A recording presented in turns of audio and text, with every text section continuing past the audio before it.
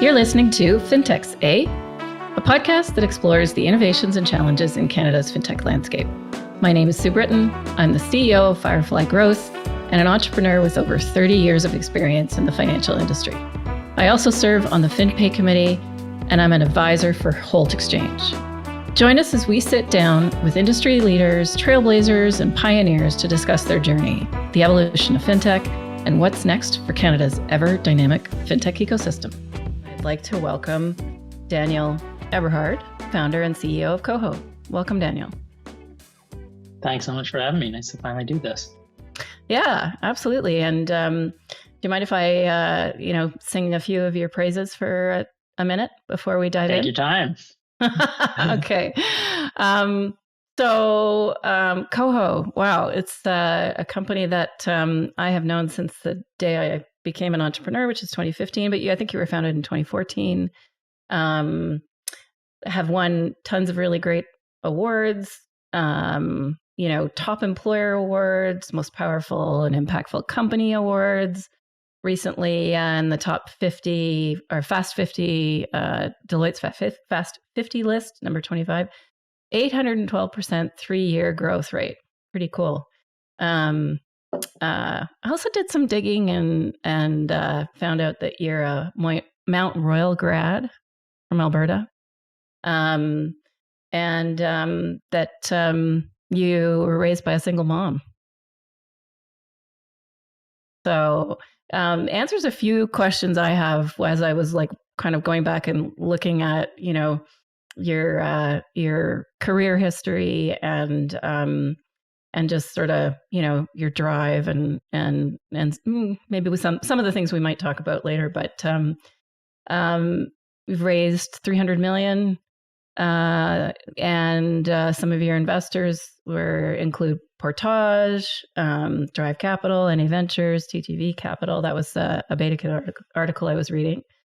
You're an investor, a reluctant banker, and a girl dad. All of those things all together are great summary. Super cool, yeah. Right? Yeah. Yeah. Put it all in a 2-minute window. It sounds okay. Yeah. Yeah. The girl dad, one thing I couldn't figure out, it's so great to know that, people can go out there and just try and dig in the internet and find out stuff about you. But I could see that you had one little girl. Do you have a second? I have a little boy now who's about 8 months old. Yeah. So my daughter's 3.5. So you're a girl and a boy dad. Exactly. Boy dad doesn't have the same ring. So. All right. Well, congrats. I'm Thank super you. excited to dive into this with you. It's kind of a pretty cool time given all the news that's been happening lately about, out of Ottawa anyway. But yeah, why don't we start with how did you come to launch KOHO and what is KOHO all about? Yeah. Thank you for having me. So I did go to school at Mount Royal. I didn't finish because I ended up starting a wind energy company in university and cut my teeth selling private wind turbines in Saskatchewan, and then Cool. got into industrial scale wind farm development, and then ended up through that getting lucky, and we worked hard and found some good sort of ARB opportunities as we were building that company, and ended up selling that company. But just to back up for a second, hopefully the through line of my career is just to be useful at scale. It's kind of how I think about it. And the way that I think about it is when you are going to start businesses, I think I wanted to start businesses because the idea of somebody else controlling my outcomes was pretty scary to me. I went and interviewed to be a logistics supply chain manager at Husky Oil, and that seemed properly terrifying. But then more so, it's just you can succeed or fail for any number of good or bad reasons when you're starting a business, but you do have pretty perfect control over the variable of whether you're proud of what you're trying to do. And so that felt like a useful thing to try and control for. So putting this together, sold that wind energy company, came into capital for the first time in my life. You alluded to this. I grew up to a single mom who worked very hard to give us a middle-class life in Canada, which is a wonderful thing. But she had to drive buses and clean houses, and it was clear that she had to work hard to give us that life. And as I came into capital with no kind of financial education, I started asking myself, like, what do people do with money? And, you know, they are like, on a time-based decision, some of the most important decisions that we make in our life, because it is, there's kind of probably three underpinning principles. One, a great financial product versus a bad one means retiring with 30 to 50% less wealth if you're in the wrong financial product. And the second part of that is, like, we think that we'll switch, but human behavior just like suggests that we very rarely do actually switch. And we tend to like ride these things out and be quite apathetic towards the financial products that we end up using. And then the third part of this is, like, that I think about is, whatever agency means to somebody or fulfillment means to somebody, it is very difficult to do that if they don't have financial stability. And so agency or fulfillment might mean going back to school. It might be putting kids through school. It might be changing careers. It might be not having a career. Whatever those boxes that you're trying to tick in your life that you have it's very difficult to tick those boxes in any meaningful way if you like have financial insecurity. And it is a fact that if you do the math on 30 to 50% retirement, big chunks of this country will end up with financial insecurity as a function of being in the wrong financial products. And then it was, like, for me, very personal, because my mom was one of these people. She was she had worked so hard, and then all of this value was getting extracted because she was in, like, IMER mutual funds. And then you look at all the other stuff, and it's really like suboptimal.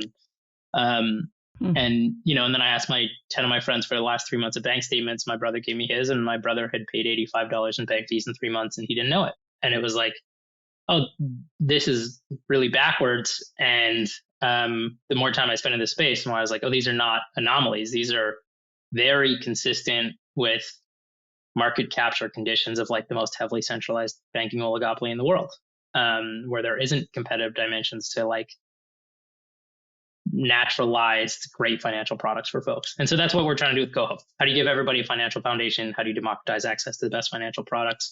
We launched in 2017. You know, today we have over 1 million business customers on the core business. We have about 500,000 on a B2B business that we power. Businesses doing around kind of like $8 billion in throughput a year, and we're, you know, a couple hundred employees. And as you mentioned, at scale, we've raised a good amount of capital at this point. Wow. I mean, that's huge. Like, I had no idea. I actually don't know much about your B2B business. So maybe we could talk a bit about that. Is that, there's so much to unpack in what you just said, but, you know, obviously, like, your consumer product, which, you know, I'm sure lots of people are aware of, started as a, you know, I like to consider it just a deposit account, even though, you know, you can load money in, you can use the product to pay for things. I'm sure it's grown significantly over the years to many, many other features. What's your B2B business? So we power some folks. So we became a direct issuer last year, and we didn't really talk about it or announce it. But what it means is we can issue cards without a bank license. We still have a bank that holds the deposits and does all that very important stuff, obviously. But it means the card is actually, you know, now it says issued by KOHO Financial, whereas most of the other folks in this space will say issued by People's Trust or something like that. Yeah. And then we power folks like NetCoins and Wealthsimple and a bunch of wonderful companies who have, like, deposit, or not deposit accounts, because we can't call them that, but you know, kind of current accounts and spending accounts. And so we powered a lot of those folks, and they run on our infrastructure. Wow. I did not know that. I feel like, I mean, like, I love learning new things, but that was when I would, like, you know, I'm surprised that I don't know that. And is that, we haven't really talked about it or announced it, so very few people actually know that. But it just adds so much more, you know, not so much more, but so much additional depth to your business and what you yourself are leading. And I gather from, you know, just some of your previous, you know, podcasts and things that you've been on, that you're a rather humble person. And so I won't put you in the position to necessarily confirm that.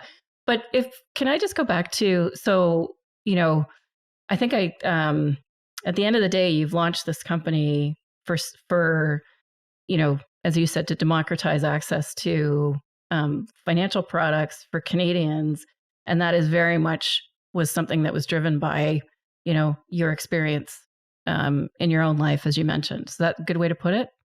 And that's what your mission and, passion is. Yeah. Yeah. I think that's right. Very cool. Okay, so maybe let's talk about what's your ultimate vision? Is it like where is KOHO going from here? Yeah. So maybe just we could take it kind of on the sort of product structural lens, and then maybe more like more macro. So, I think today KOHO has done a great job of building a core account. We pay 5% on deposits. We have great cash back. We're soon going to add like 20,000 more cashback vendors. So I think we're going to be like one of the best in the country on that vertical. We have wonderful products like Credit Builder and 2 different ways for folks to build their credit history, which is like obviously a super important part of the financial equation.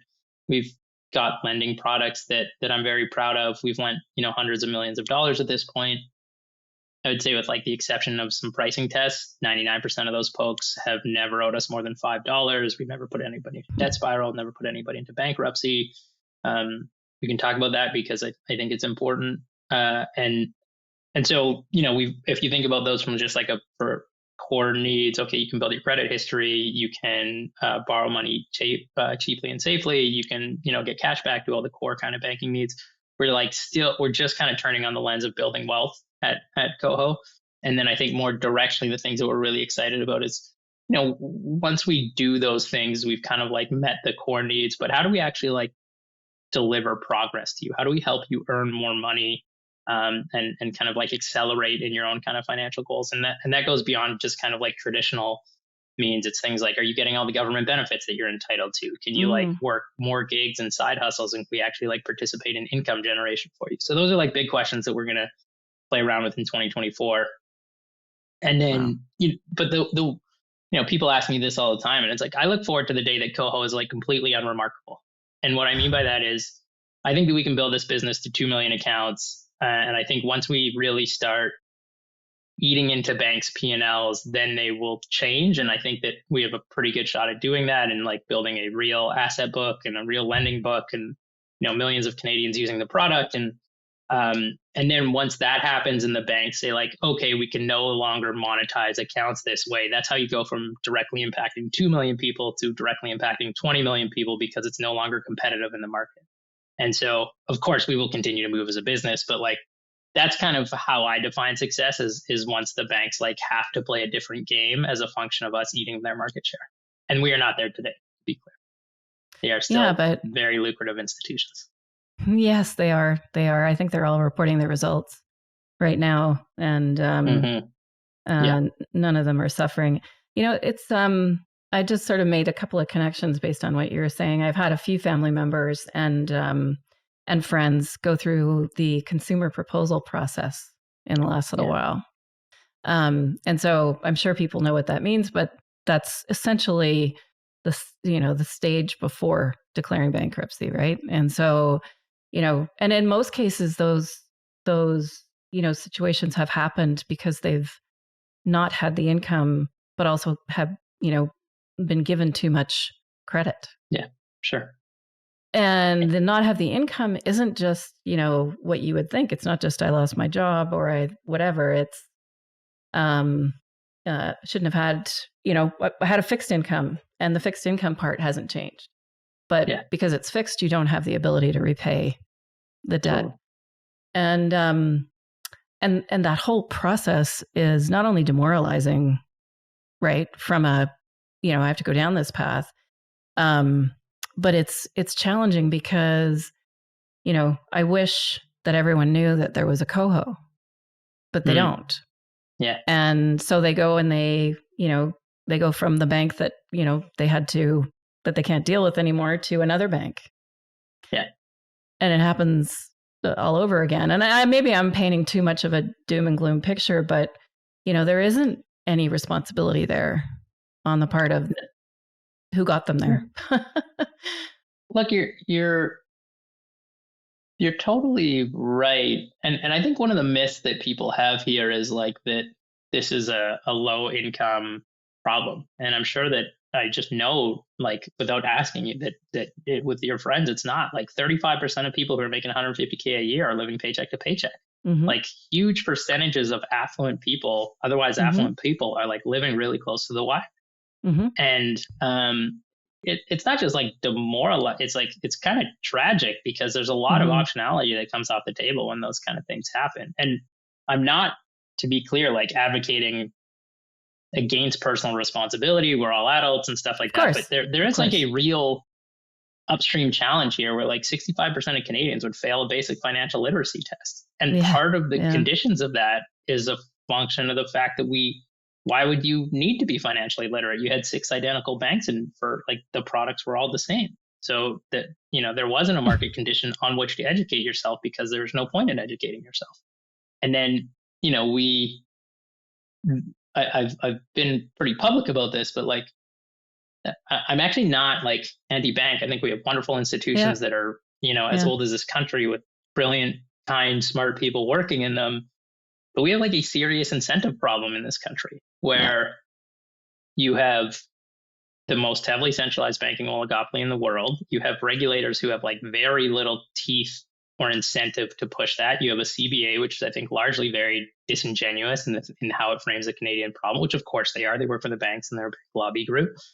And then nobody is actually doing the accounting of being like, what does it actually mean to the 50% of folks who are living paycheck to paycheck when they don't get good financial products? Because like once you're out of that prime bucket in the bank, there's a big gap between like the next stop is like monoline lenders and payday lenders. Right. Right. Yeah. Yeah. I mean, I have to, almost stop myself from making it too personal because, I know I'm not the customer. But, having all of what you just said, I think I could probably say I've experienced over the course of my, my career and the whole living paycheck to paycheck. I raised 3 boys. I was a single income household. I wasn't a single mom, but my husband stayed home. Like it was there was absolutely. And when I left my corporate career and started my own company, I had so much money in the value of my house. I was house poor though. And so I had to sell my house in order to keep going to fund the business. And make it even worse, I had to sell it. And the financial institution that I worked with wouldn't help me because I didn't have a down payment for. So my choice was either to go rent and then try and get back into the market. And I lived in a big, giant frickin' house in High Park. Like on the outside, you'd say, "Oh, these guys, wow, they're blah blah blah." Muckety mucks, yeah. But this is the giant myth, right? Is like if you actually peel back the data, and we're not really having this conversation effectively and as a public, but there's a lot of people who live otherwise affluent lives, but are frankly getting ripped off. That they would have like a lot more money if we had better competitive dimensions in this country. We can talk about what that means and how it shows up in KOHO and all the other things, but like it is not getting appropriate airtime in this country because, and the other thing apart it, I can even, as you're talking about it, is like, it's a really stressful, emotionally isolating thing to go through when you feel like you're the only one that it's happening to. But like, I promise you, just the fact that you said that, a bunch of your listeners are going to relate to that story because I hear them all the time.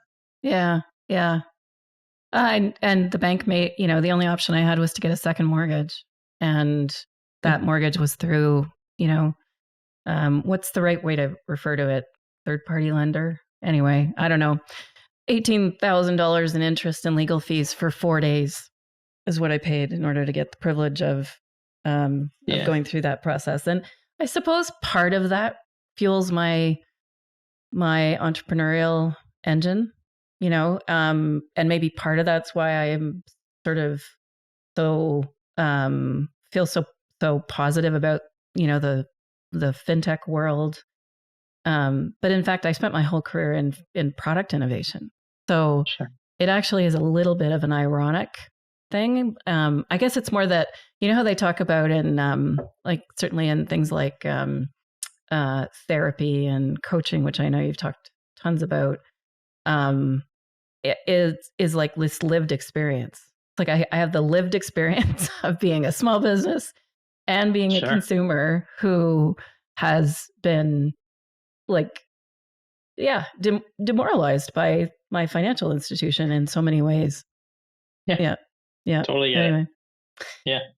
So, okay, let's move to some of the cool stuff that's happening, which I know that you're pretty happy about the things that Finance Canada talked about. Let's talk about the fall economic statement and open banking, and how you feel about what's been announced and what that might do for your customers. And Yeah. So look, this is the most progress that we've seen. This is the first real progress that we've seen in 7 years in talking about this, right? Yeah. And so this is like the first concrete proposal that's real. And so the optimism is warranted. I am more skeptical than other people just because, like, if you look at the RPAA timelines, like that had a similar level of enthusiasm when it was announced, and it was like real and bounded, and then that got pushed out. And so like the answer is that this is like, it's real meat on the bone. There's real conversations that are happening. I think the timelines are aggressive based on what I've seen from, but I'd love to be proven wrong. And so it's exciting. I think kind of the myth with open banking is like that we would somehow hugely benefit from open banking. The truth is we would only indirectly benefit. Like, we would be generating data. And I think the real kind of implied value of open banking for us is all of a sudden all of the things that there will be now a market and an ecosystem of players to say, like, to make it much easier for folks to understand the actual cost benefit analysis of the financial products that they consume. And there'll be like objective providers to do that. And I think KOHO looks better than banks in all of those situations. So, that is great. And then, your ability to identify customers goes up. So there's a lot of like indirect things, but mostly it's just a function of a healthier ecosystem that we get to play and participate in. Right, for sure. And my hope has always been that somehow this generates this awareness of alternatives, which I think is, a slightly different way of saying what you just said. But I think the reality is it's going to probably be,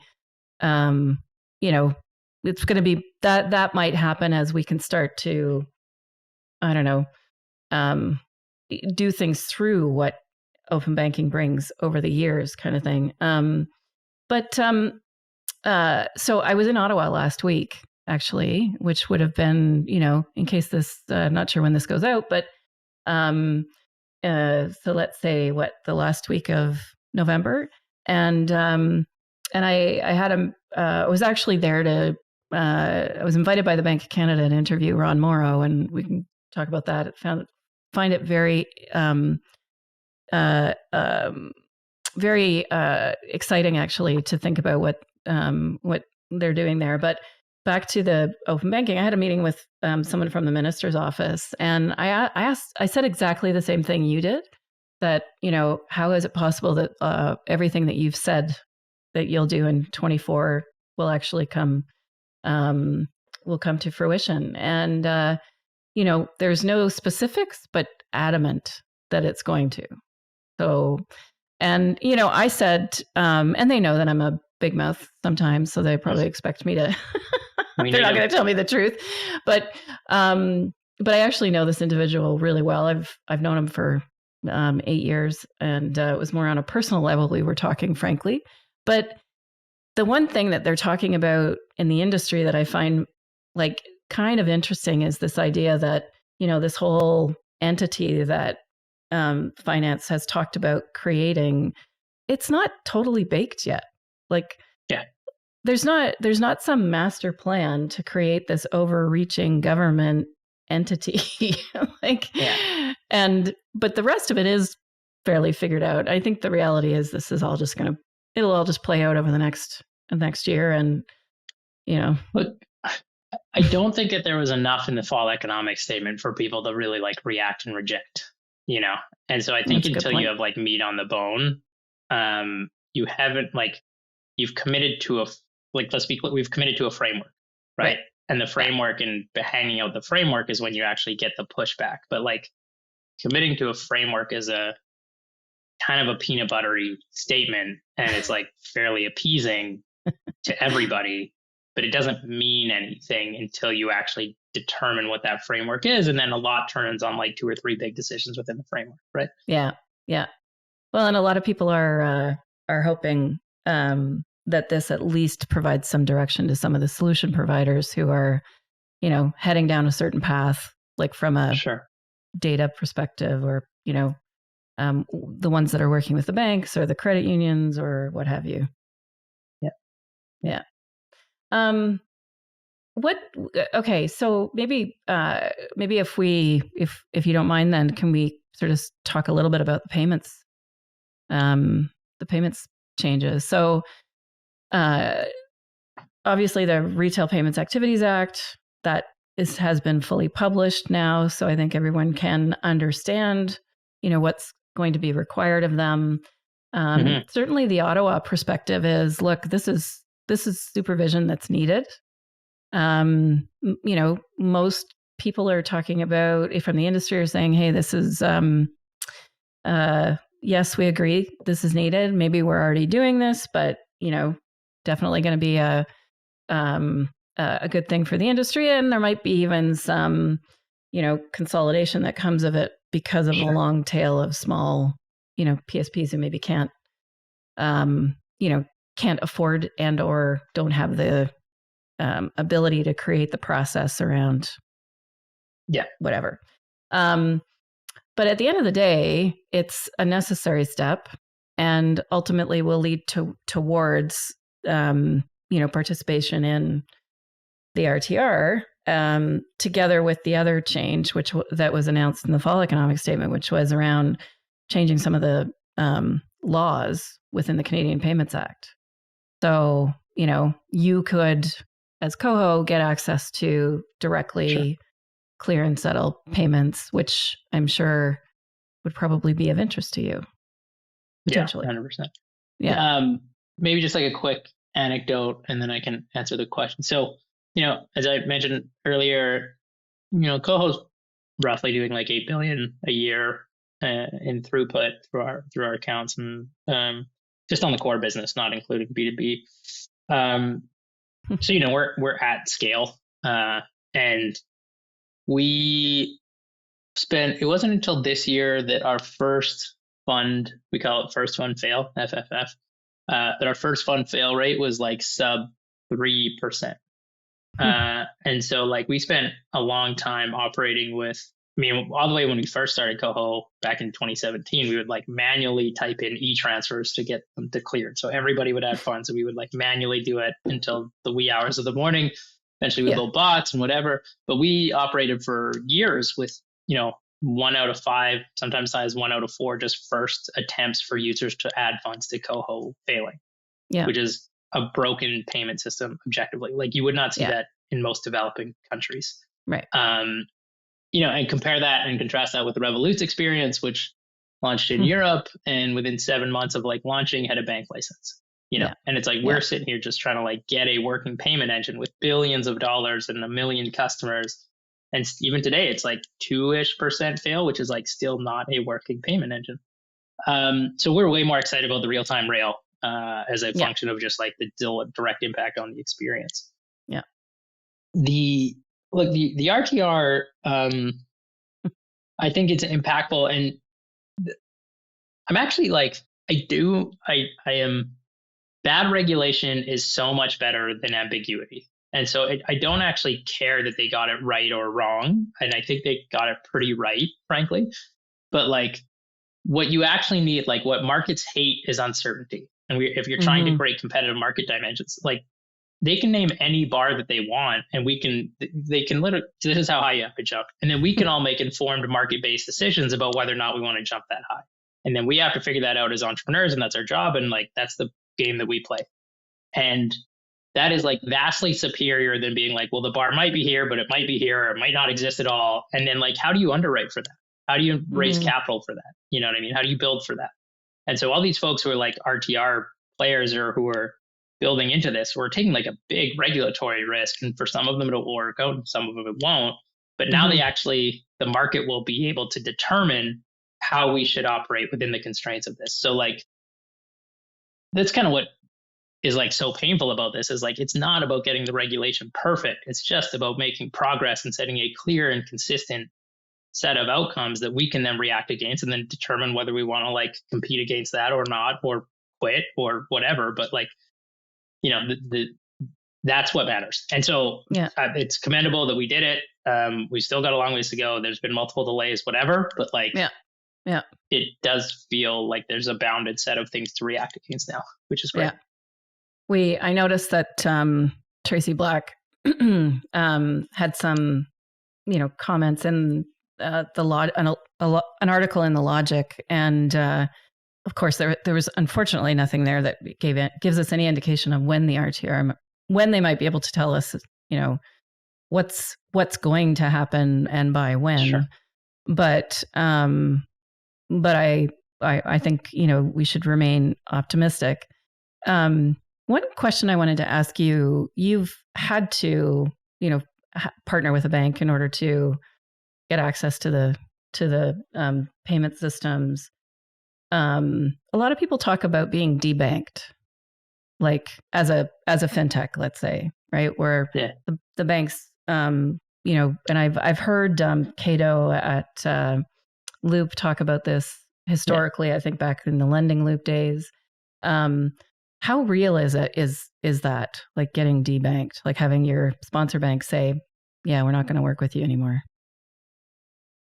It is definitely real, and it's actually a little bit tied into the regulatory conversation. So, when I started KOHO, the options were three. You could work with like People's Trust, DC Bank, or Alltrans, and Alltrans was like clearly a fly-by-night organization. I've never heard of them before. Yeah. Yeah. Well, they're folded now. They got sued by the government for being shady, whatever. And so there's two games in town, and you can imagine what the pricing is attached to those two games in town. And so there's like kind of this like duopoly for folks like us to go play it. And that's okay. Some of the requests are valid. Like the banks are regulated. They have real skin in the game. If you are not doing your job in terms of KYC or AML or suspicion transaction reports, whatever those things are that you have certain obligations to live up to.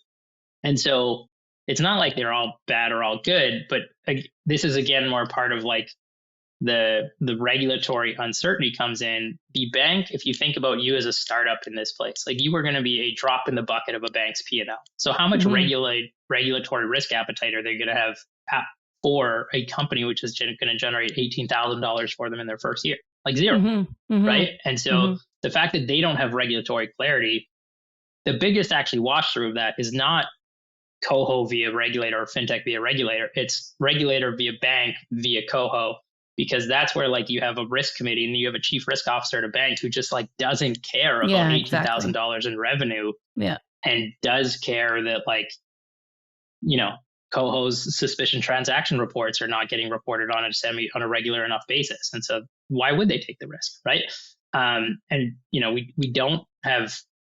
have like very brittle infrastructure here in Canada, which is not reflective of the actual systemic risk that these things pose. Like the idea that a 7-person startup has to submit STRs, which by the way, the sponsor bank has to issue, which then FinTrack audits, is like crazy relative to the actual risk that poses. That you could have a volume-based thing around 1 million or 10 million, or like here's 100 million in annualized.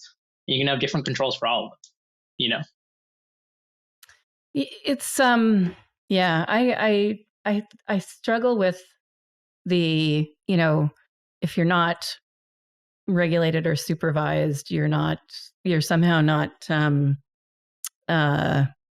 capable. There is two big myths in Ottawa, and one of them is that fintechs are not regulated. We are regulated. We have to do KYC, we have to do AML, we have to do state STRs. We have 30 people on our risk. Like 1 of every 6 employees at KOHO is a risk person. Right. Which by the way, it's a lot. And so like that, the idea that you're not regulated is just nonsensical. Now you're not regulated in the way that banks are, but that's because we're not a bank, But like money movement is a very regulated thing in Canada. The other thing that is a pernicious myth in Ottawa is the idea, and this is, it is the idea that somehow exists in Ottawa, that all of these banks are somehow opposing forces to systemic stability. And the exact opposite is true. And if you look at like multiple World Bank studies, you actually need a thriving domestic competitive bank market to get long-term systemic stability in a market. And so, I think if like I had a magic wand in Ottawa, those would be the two things that I'd be like, these are the things that you need to understand that are just objectively not true. That is like a widely perceived held truth in Ottawa. And do you think that a big part of this too has to do with like the risk is not just the number and the size of financial institutions, but also the technology? And I specifically, like, I'll give you an example. So my last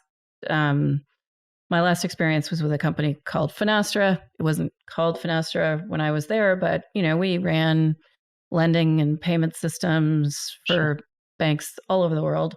One of the things I was in charge of was innovation, and we were talking to some of the credit risk folks at one of the big banks, one of the big five, and they were explaining how, because all these systems didn't work and it would cost, like millions and millions of dollars, even just to do, a, what do they call them? Business requirements document with IT. Yeah. God, I haven't said that word in a long time. But that what they would do is they would just dump, the output into an Excel spreadsheet, and that would be the way that they would do their risk assessments of mortgages. Yeah. Like it's fully manual. And like that just, and so it's not, people like to talk about the fact that things are written in COBOL and that there's not enough, people who understand that. It's so much more than that. It's that these systems are huge, disconnected, probably can't really be fixed. And so, it's anyway, I don't know if you agree with that, but. Yeah, I think you're right. I think that increasingly my intuition is that bankers are realizing that you actually can't fix these things, and it's probably just going to take a generation to fix them, and you will eventually have new clients on a new bank framework and run like a dual core system, and eventually all of those clients will like migrate off. And I think that's probably true. I remember I was in London. This is probably 3 years ago now, and I think it was like the CIO of RBS. And I remember he had like a $900 million like tech innovation budget, and then you peel back the layer, and it was like $840 million was maintenance, and so he's spending $60 million a year on like innovation. But and so it's just like, oh wow, these are but look, and again, it's like it's not even about. The banks do have those problems, but they do certainly a lot of things well within the constraints of that. It actually is like what you actually again just want is like competitive new entrants with a different infrastructure, and then those infrastructures will hopefully wash through to consumer benefits, and then will drive market share, and then that will like force the change. But the banks are not going to force it themselves. No, why would they? Yeah, and all of that too will reduce risk. It's ironic. It'll. More competition will reduce risk for, for the market, because we have alternatives in the event that somebody, something terrible happens with one of these systemic. They will reduce risk on banks. A technical redundancy option like structure, but they will also just reduce risk systemically. If you think about the United States, where there's 5,000 banks, or Europe with all the, fintech innovation there. And when you ask bankers, like, how are you going to be competitive in 15 years or 20, like the idea that Canada is a domestic market, those barriers are going to be eroded, and so like that is a very thin moat on which to build a generational financial. And our banks are like some of the best companies in the world, and I want them to stay that way. The best banks in the world, I should say. And so the idea that like domestic banks will continue to have winners, I just don't think it's true. Like you can, I think, very easily see a world where banking is like much more international in 15 years than it is today. Yeah, has to be. Why do you think that Why do you think that, you know, like more banking licenses aren't being issued? I know that's kind of a bit of a rookie question, but I mean, I've studied the banks, like 35. I don't even know if we have 35 anymore. Maybe less. Silicon Valley Bank makes that 34. I don't know. But like, what is it? I think it's a really important question. I think OSFI has been given the mandate by the Department of Finance to manage systemic stability. And I think that the perception in OSFI, and I think it is changing very slowly for a long time, has been that they would rather deal with 5 centralized counterparts. And that is a much easier thing to manage. And like that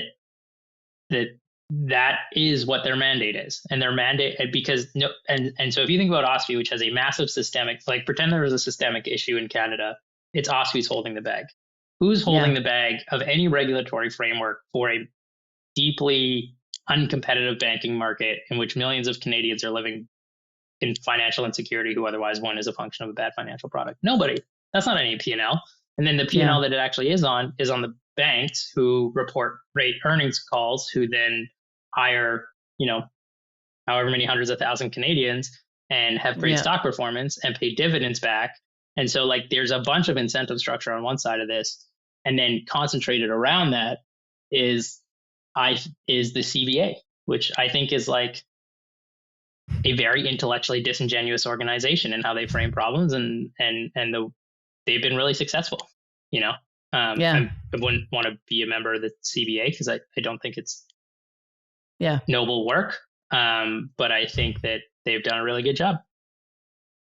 Yeah. And, this isn't like, I don't know about you, but often, and maybe it's because I'm female, but I get accused of, having too much emotion in some of the things I talk about. And it's not emotion. If anything, it might be, frustration, but a lot of this is fact, right? Like there isn't, it's fact about how much profit our financial institutions generate, increasing profits quarter over quarter. And it is a fact. Let me just like rattle off some facts. It is a fact the return on equity of Canadian banks is anywhere from 50 to 80% higher than United States banks. I mean, the dollars that they keep on their balance sheet, they squeeze 50 to 80 cents more out of than 50 to 80% more out of than United States banks.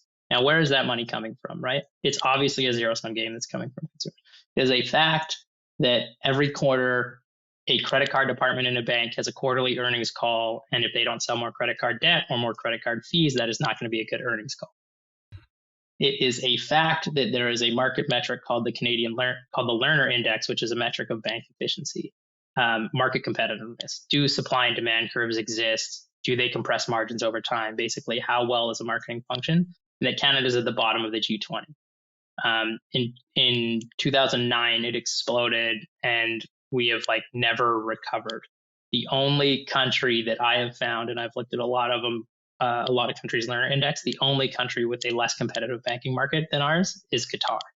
And that means that I looked at Russia, Argentina, Brazil, like you name it, in terms of like this market metric. So, so like those are all facts. And so, I think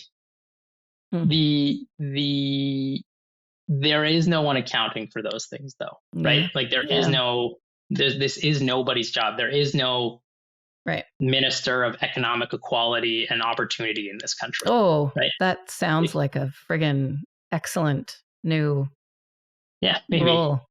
But I could keep going. Like this is, it is a fact that we are at the bottom of the G7 in terms of productivity per capita by most or all metrics, and that the forecast gets worse, not better.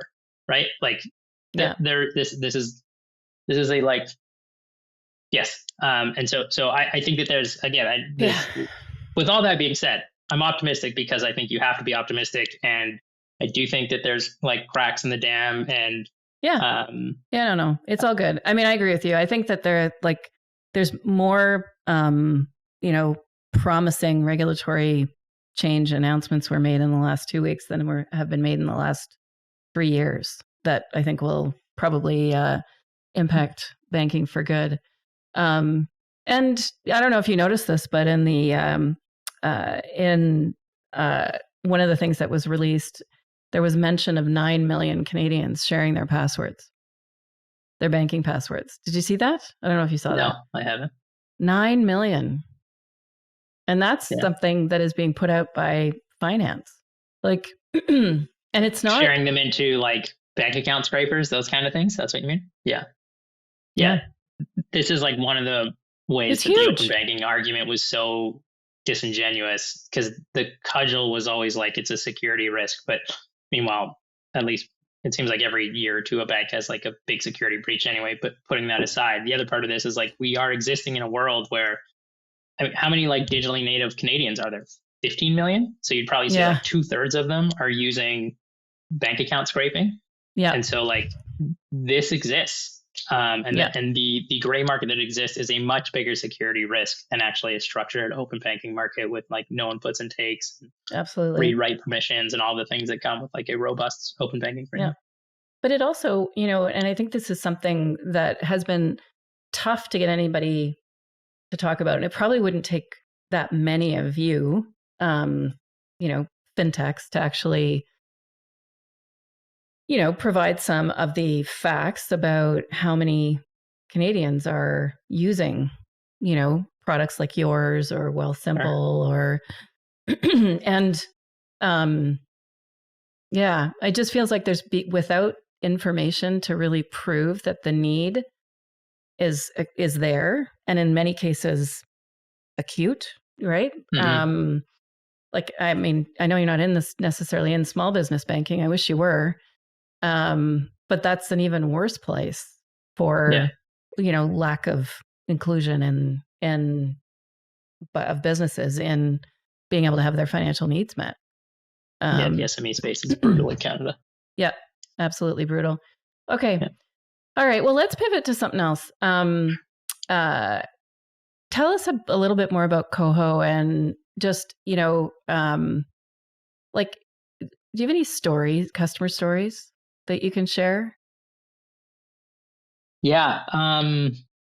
We have lots. Like so every week at our stand up, we talk about a user win, like then making sure that we're shipping value to the customers. Seems like every quarter we kind of like film a video of a bunch of our users talking about the product. We really do try and keep close to the user and actually listen very well. We don't always do it very well, but that's certainly the goal. Mm-hmm.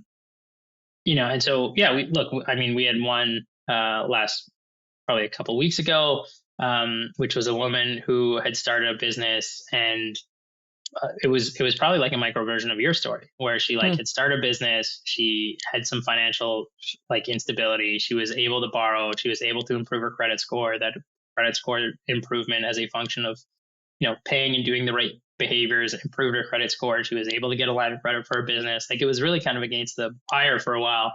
And she, now has this wonderful, thriving little solo business. But, the way that we kind of talk about this is we have 3 products. Some of the products alone have 100,000 people on them. 3 either products to build your credit history or build your credit, or to borrow money. And, it's an objective fact that, as I alluded to earlier, that we've lent hundreds of millions of dollars, and by and large, nobody's owed us more than $5 through that process. Yeah. We underwrite to completely different loss rates than the banks do, particularly in the near prime or subprime sectors. And even in prime, we outperform. And so if you think about those 100,000 people, if KOHO didn't exist, they would have gone to other financial products. Those financial products objectively would have been worse. And some of them objectively would have ended up in bankruptcy or in not good positions. Absolutely. And so, you almost have to play it out different altitudes, right? Which is there's this big kind of macro challenge in Canada. And then you tell individual stories because that's what makes it relatable and real.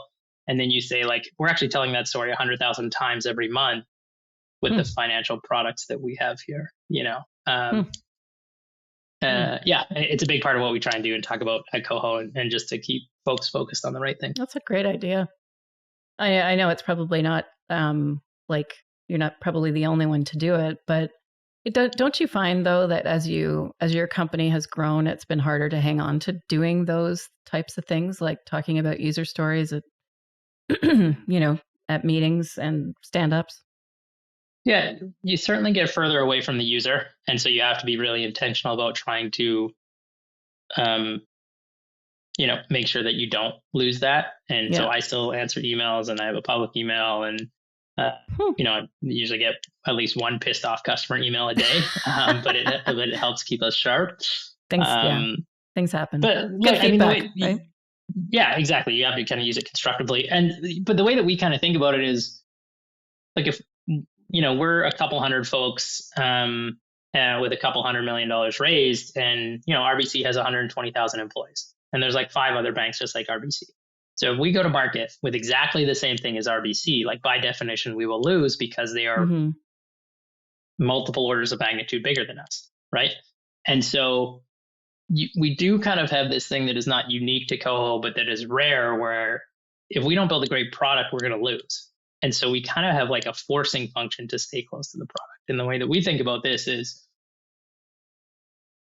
I don't know what the best version of KOHO is. I am much more interested in building the machine that figures out what that is. And so like, if you can listen really well, and if you have a high velocity organization, we release a new version of the app every week. We like engage with customers a lot.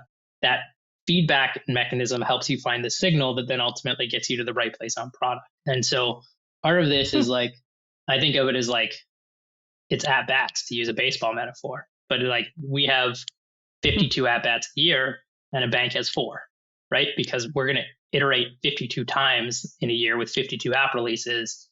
And so we like get to, when we do find veins of value around different products, like we get to iterate on those things and double down on those things, and and find those things. So that flows through into a bunch of things about how you organize your company and communicate and all these other kinds of things. But it's like, this is a much broader question than you asked now, but it is really about the mechanism to like go and understand user pain.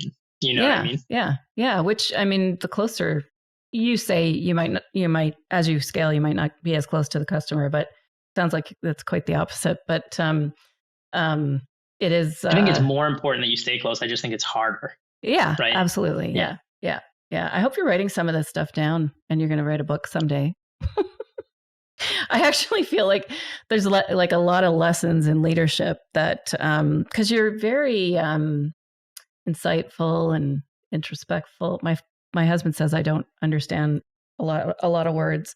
He says it in a very loving way. We've been married for 31 years, so nice. It's fine.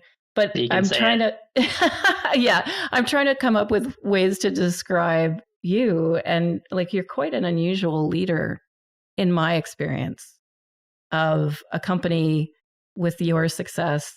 Like even some of the things you've been very open about, talking about around therapy and around, just the need for, I mean, how many coaches do you have, on staff? Yeah, like 3. We have 3 coaches at KOHO. One's on mat leave, so 2. Yeah. But it's, I hope you write some of this stuff down. I think it will be, if I would encourage anyone listening, if you haven't, listened to some of your previous interviews, they should it and listen from a leadership. I won't use best practices because I read that post. Yeah. But leadership I appreciate lessons. That. Yeah, it's kind of you. Okay, 2 more questions, and then we'll wrap this up. One is around give us your sort of prediction on what's going to happen over the next, like say 3 to 5 years in the industry. Where are we going to be? From a regulatory perspective or a market perspective? Let's go market. I think we've talked enough about regulatory. Like, what's it going to look like in Canada? Still going to have 5 big banks, maybe 6? Yeah, for sure. Like they're not going. So 100%, we're still going to have 5 or 6 big banks, depending on how we want to define it.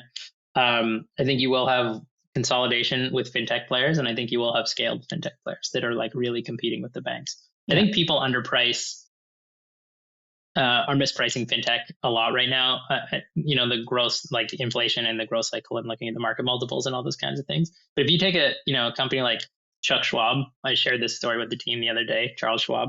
I think it took them 11 years to get to their first million clients, and when they started, it was like nobody's going to call in to like a dark pool of brokers to make a trade. You have to know your broker and all that. You know what I mean? And then Charles Schwab was like, that's not true. And they built these discount brokerages, and then they stayed out late, and then they opened up late, and then they moved across the country. And so it took them like 11 years to get to 1 million customers. And, now they have $7 trillion in assets under management, like 25 years later. Right. So I think people's intuitions about how these businesses compound is wrong. And like fintech really got started, like we launched 5 years ago, Wealthsimple, maybe like a little earlier, Borrowwell, and we have 5 million customers combined across our 3 platforms today. And so people are just like mispricing this, because I do think it takes longer than people think, but I think once the switching occurs, it will be very difficult to unwind. So like we have 2030 goals and 2040 goals at KOHO, because I do think of this as like a generational play. That's awesome. That's really interesting. I have never heard anybody say that. Do you think of Tangerine and what's it, Simply as competitors?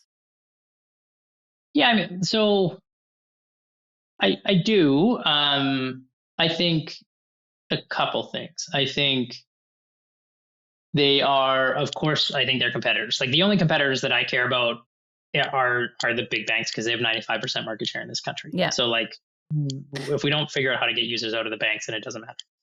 We tend to over-index around people from Simply and Tangerine, because they tend to be like a little more financially intentional about what they're doing and what they're consuming and stuff like that. Well, if I can I think of them as competitors in the sense, like I just want to say one thing, because I should have said one more thing, which is sure. And I'm sorry to interrupt, but like each of them have kind of gotten to 2 million customers and then plateaued. Yeah. And that is kind of what I was wondering. What I should have asked is not, are they competitors, but like I'm sure that hasn't happened to Wealthsimple. You're on your way there, but what is that? Is that like, a challenger kind of has a 2 million kind of customer cap, or what is it? No, I think it's the fact that these things are owned by their banks, right? Like if you think about the product suite, and Tangerine's starting to shake some of this off. The product suite is largely identical to what it was 3 years ago.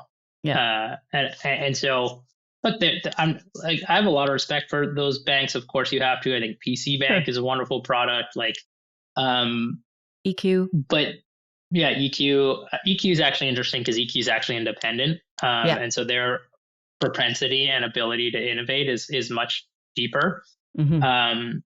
But yeah, look, I mean, I think it's not an accident that these things plateau. I think if you can stay independent and keep founder control, I think that you have a much better shot of building the really interesting long-term company.